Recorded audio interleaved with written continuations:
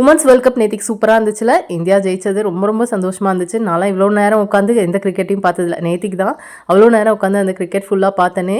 So செம ஹாப்பியாக இருந்துச்சு. அவங்களும் சந்தைக்கு போய் காய் வாங்கிட்டு வாங்க அப்படின்னா, காய் சந்தையில் வாங்குறதே விட்டாச்சு. ஏன்னா காய் வாங்கினா சிலதெல்லாம் ரொம்ப நாளைக்கு தாங்க மாட்டேங்குதுன்னு விட்டுட்டேன். ஸோ இன்றைக்கி தான் வாங்கிட்டு வாங்கன்னு சொன்னால் வேர்ல்ட் கப் பார்க்கணுங்கிற அவசரத்தில் காயெல்லாம் சுத்தமாக சரியில்லை. எதையோ ஒன்று வாங்கிட்டு வந்து வச்சுருக்குறாங்க. நேற்றுக்கு பண்ண அந்த கடலை உருண்டை இருக்குல்ல, ஸோ அதுவும் ஓரளவுக்கு தீந்துருச்சு. இன்னும் 2 3 தான் இருக்குது. அதுவும் இன்றைக்கி தீந்துரும்னு நினைக்கிறேன். வேறு ஏதாச்சும் ஸ்நாக்ஸ் பண்ணணும். தயிர் புற ஊற்றலான்னு பால் கொஞ்சம் இருந்துச்சு, அதை வந்து சூடு பண்ணி ஆற வச்சதுக்கமேட்டு புற ஊற்றணும். காயெல்லாம் பாருங்கள் எப்படி இருக்குன்னு திட்டிகிட்டே தான் இருந்தேன். எல்லாத்தையும் ஒரு டைம் வாஷ் பண்ணிவிட்டு எடுத்து வைக்கணும்.